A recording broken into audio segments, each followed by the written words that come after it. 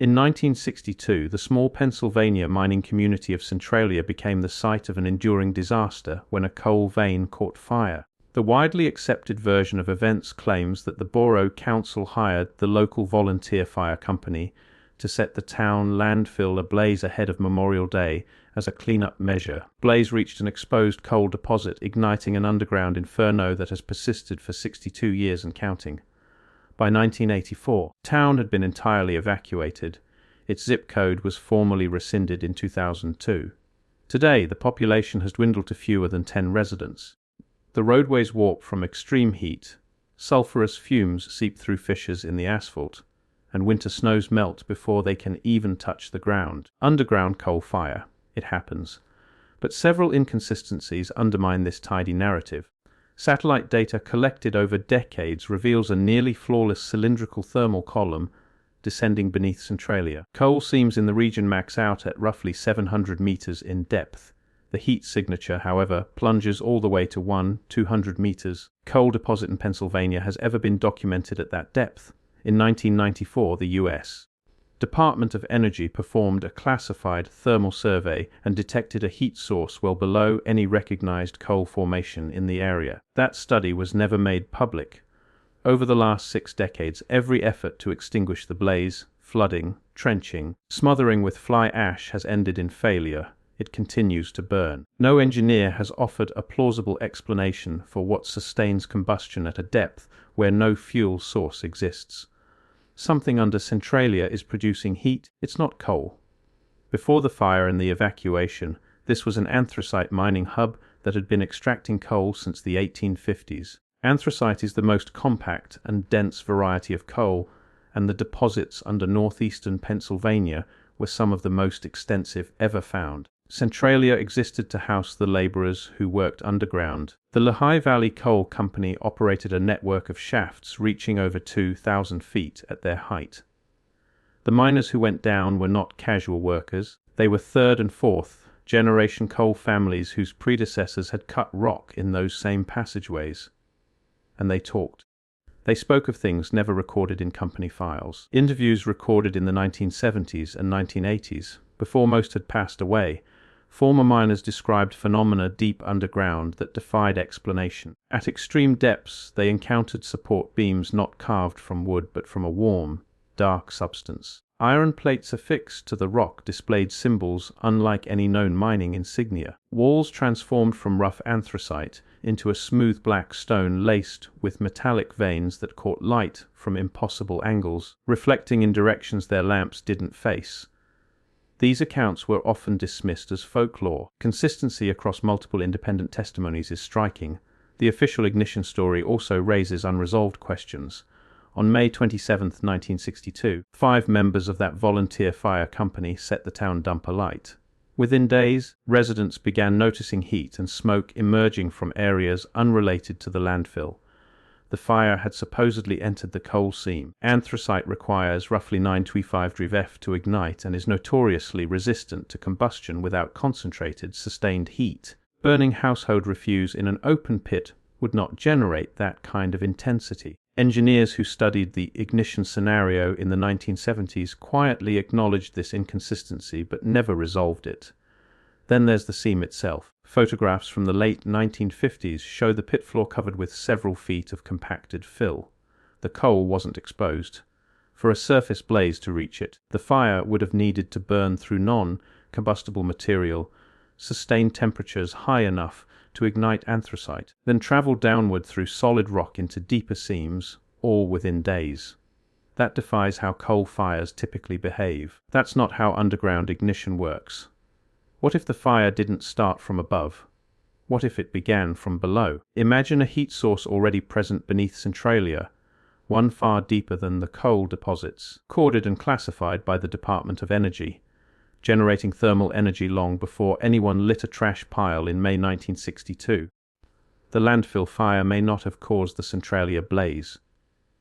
It may simply have been the moment surface dwellers, first noticed what was already smoldering beneath them. Far longer than 62 years. Between 1962 and 1984, Pennsylvania and the federal government spent roughly $7 million on direct suppression efforts to control the fire. Every attempt failed. In 1962, workers dug a trench around the known fire zone and filled it with inert material the fire leapt across. In 1969, larger plan to excavate the entire burning area was priced at $25 million, though engineers admitted it might not work. It was abandoned. In the 1970s, boreholes pumped water and fly ash slurry into the seam, but the water vaporized and the ash clogged the pipes. In 1980, millions of gallons of water were flushed into the ground above the fire, only to vanish without effect, as though the earth beneath Centralia had a capacity for absorption no geological model anticipated.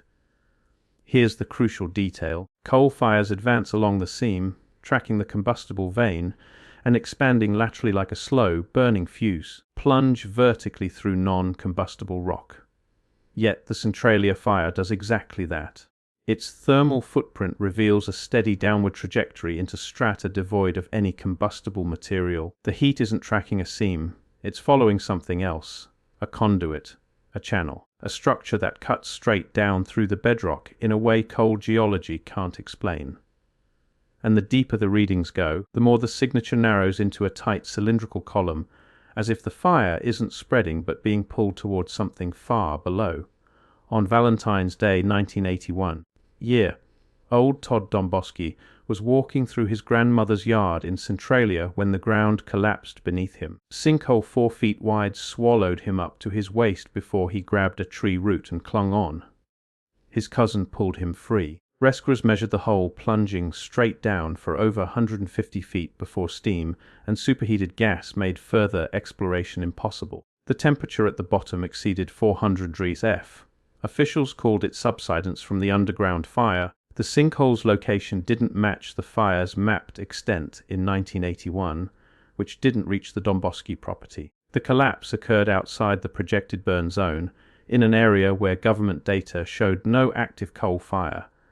And the geometry was wrong. Subsidence from coal fires creates broad, shallow depressions as burned out seams cave in. It doesn't produce narrow, vertical shafts dropping 150 feet like a well.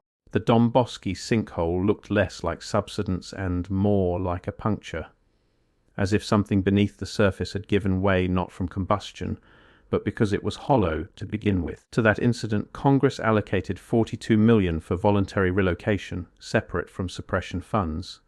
Most residents left. Those who stayed spoke of things the official account never addressed.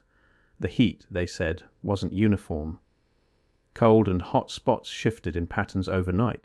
Sulfurous emissions pulsed rather than flowed steadily, as though something underground was cycling, breathing, on a rhythm no simple coal fire could produce. In 1994, the Department of Energy performed what was internally called a deep thermal survey of Centralia's subsurface. Its existence only became known through a heavily redacted 2003 Freedom of Information Act response to an independent researcher held under national security exemptions. The surviving fragments described a heat source centered well below the deepest documented coal seam in the anthracite basin, far deeper than any layer capable of sustaining combustion. The source was localized, not diffuse, a concentrated point rather than a widespread fire. Temperatures at that depth far exceeded what any coal fire can generate. Anthracite burns at roughly 900 to 1 degree F. The DOE summary referenced readings exceeding 2,000 degree F at the deepest points. Coal can't produce that. Carbon-based fuel can sustain that output in an oxygen-deprived environment with no apparent fuel supply. Nor does it fit a geothermal anomaly. There's no volcanic or geothermal activity in Pennsylvania's anthracite belt. The nearest such features are hundreds of miles away. Does fit, if you're open to the possibility, is a mechanism, apparatus of unknown origin generating thermal energy at depths no mining operation ever reached, buried beneath layers of rock, coal. Decades of official neglect. The DOE classified the report. The heat endures. And the question no authority has dared to ask publicly is not what fuels the fire, what the fire is a symptom of. The anomalies described in the deeper shafts, the dark beams, the iron plaques, polished black stone, didn't emerge from nowhere. They came from the deep workings. and the deepest of those was number 7. The men who worked it didn't need a DOE report to sense something was wrong. Stories from the 1930s tell of miners in number 7 encountering temperatures at the lowest levels wildly inconsistent with the geothermal gradient. At 2,000 feet, the rock should have been warm but manageable. Instead, sections were hot enough to blister skin through work gloves. These hot zones appeared in isolated pockets. Heat blurred through from specific points below rather than rising uniformly from the Earth's interior. Company geologists blamed methane oxidation. The miners weren't convinced. Methane rises, it doesn't sit at depth and push heat through solid anthracite in scattered pockets. In 1933, number 7 was sealed. Officially, a methane explosion killed 2 surveyors, but the closure report from foreman Wilhelm Brandt, a German-trained engineer, told a different story. Brandt wrote that the shaft was closed because what lay below couldn't be safely worked by the men they had. Not due to gas, but because of what was below. That distinction matters. Methane is a hazard mining companies manage daily. You don't permanently seal a profitable shaft over a gas pocket. You seal it permanently when something down there makes continued operation impossible for reasons you can't put in a company report. Number 7 sits directly beneath the area where the Centralia fire later surfaced. Its sealed entrance lies within 500 feet of the original landfill pit. Its deepest surveyed point, per unofficial maps circulated among miners for decades, approximately 4,000 feet, the same depth where the DOE later recorded its unexplained heat source. The miners felt it. Heat coming through the rock that shouldn't have been there. When the shaft was sealed in 1933, whatever generated that heat didn't stop. It continued, behind concrete and silence for 29 years until the surface broke open in 1962. Centralia isn't alone in having ground that burns without explanation. Burning Mountain in New South Wales, Australia, has smouldered for an estimated 6,000 years. Aboriginal Australians called it Wingan fire, and European settlers in 1829 assumed it was volcanic. It wasn't. The source has never been positively identified and lies deeper than the coal measures it supposedly ignited. India's Jeria coal field has burned since 1916, displacing over 100,000 people and expanding despite government intervention.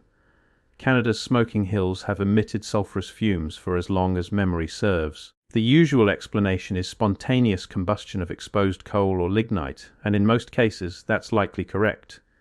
But in several instances, the same anomaly appears. Heat extends below the combustible material, suppression attempts fail, and the thermal profile doesn't match the fuel's geometry. Centralia fits this pattern but adds something unique. It sits in one of the most intensely mined regions in history. The anthracite belt has been tunneled, surveyed, drilled, and mapped more thoroughly than nearly any comparable geological formation.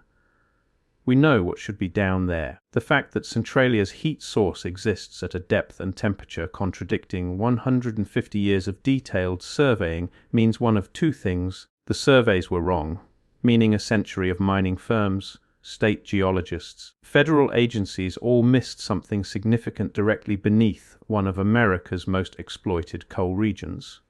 Or the surveys were right, generates heat beneath Centralia isn't geological at all. It's something built and placed there.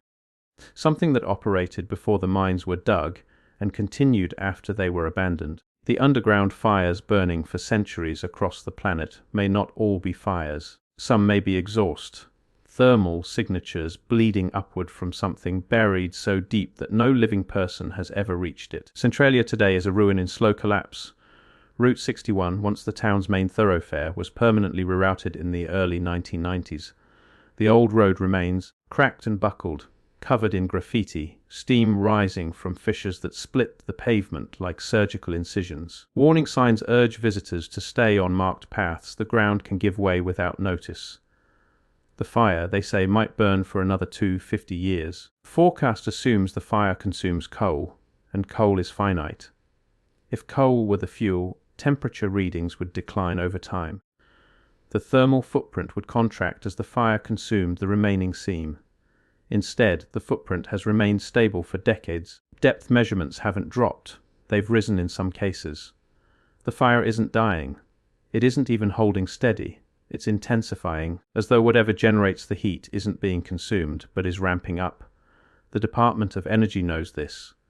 The Pennsylvania DEP knows this. The data sits in unreleased files, and no official has ever stood before a camera to explain why a 62-year-old underground fire grows hotter rather than cooler. Centralia is not a coal fire. It's a signal. The smoke rising from Route 61's cracks isn't the exhaust of burning anthracite.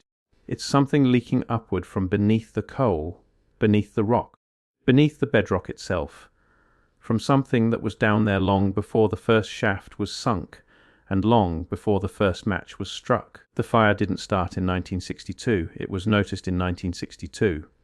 Whatever lies beneath Centralia has been there longer than the mines, longer than the town, longer than any record we possess, and it will endure long after the last road buckles and the last house falls. Heat rises, and eventually everything buried finds its way to the surface.